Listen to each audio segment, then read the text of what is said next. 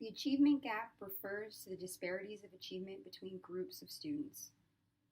My name is Laura Bauer, and when I was a young child, I went to an elementary school for the first couple years of my educational career. And then I was switched to a Catholic school, and that's where my own personal observations and the disparity of the achievement gap comes from. I went to elementary school in an upper middle class, all Caucasian, tight knit community, and then was switched to a Catholic private school. And wow, what a difference! The food was better, the instruction was better, the teachers could all fluently speak four languages.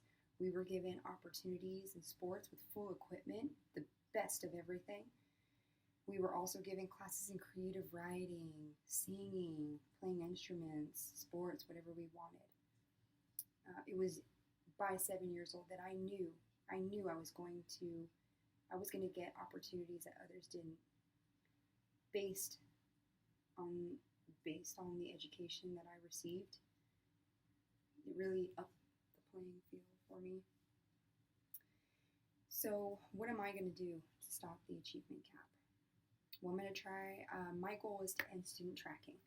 This is when students are grouped together by achievement. Although instruction should be tailored to each individual, all children are different and bring different schemas and ideas, thoughts to the table. Even if grouped by one characteristic, students will always differ in many other ways. So there's no real way to track. When they say tracking, it's almost like it doesn't work. It's an outdated idea that has little to no data that shows it works, period. Firstly, we have to start with the educators. They have to think about what they're teaching and how they teach it. They need to be able to provide differentiated instruction, heterogeneous, flexible grouping, and etc. They need support from policies. That's probably goes hand in hand with step one, probably step two. The upper management, the educational system for, hopefully across the nation, but starting out where we are, whether it be New York, Pennsylvania, Arizona, or Maine, they need to be able to write a new policy that can support this new endeavor. You need to support it. So basically, you need to make it against policy, against educational practice, to group students based on achievement. Secondly, we have to rethink the way that we teach classes and reassess all of our lesson plans, all of our learning objectives, and then specifically put in how we group and do it with a purpose.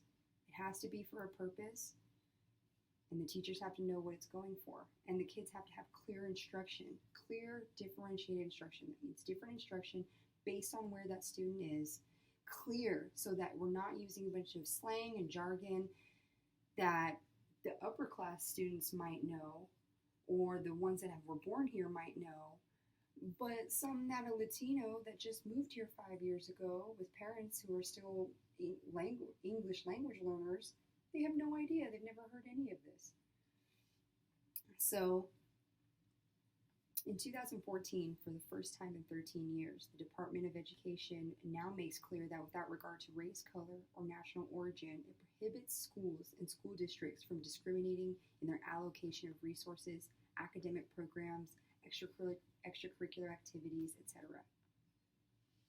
These steps offered to level the playing field is what we need in tracking as well. We're taking care of one part of it, which is where they put the money, but we're not taking care inside the school of what we're doing with that money that they give us. How we're tracking students, how we're detracking our students after years and years of a tracking system that hasn't worked. Finally, we need the data. So all of this, everything that we've done with detracking needs to have data. So then in our final step, we can put together all of this data and give the rest of the nation, the rest of the world, something to look at. What worked? What didn't? What can we implement to make it a better future? So for our resources, firstly, the educators. They have to think about what they're teaching and how they teach it. We need better policies. And obstacles change as a whole is going to be an obstacle. Human behavior is mostly automatic. To change our behavior, we as a person have to stop. It makes us think. It makes us reassess things. It takes effort. Another obstacle might be the parents. For years and years, we've wanted instruction tailored to our students individually, and that easily could be taken as all the best students need to be placed together because that's where they belong. However, that necessarily isn't true. You're leaving no room for scaffolding. The students who are lower and need the scaffolding, it's not going to be there. They're going to be stuck in a group there's no way to get out of. Or on the other end of the spectrum, we have these high achieving students that are stuck in a group that they can't get out of. And they get bored and they're miserable. And then what happens? So political problems may also arise as detracking has to be widely practiced and taught to the educators as well. So getting all of our politicians to even get us funding has been a nightmare. So to get everyone on the same page, that's going to be a definite obstacle. Well, I hope to level the playing field with doing all of these steps to end student tracking. I hope to bring up the lower achieving students.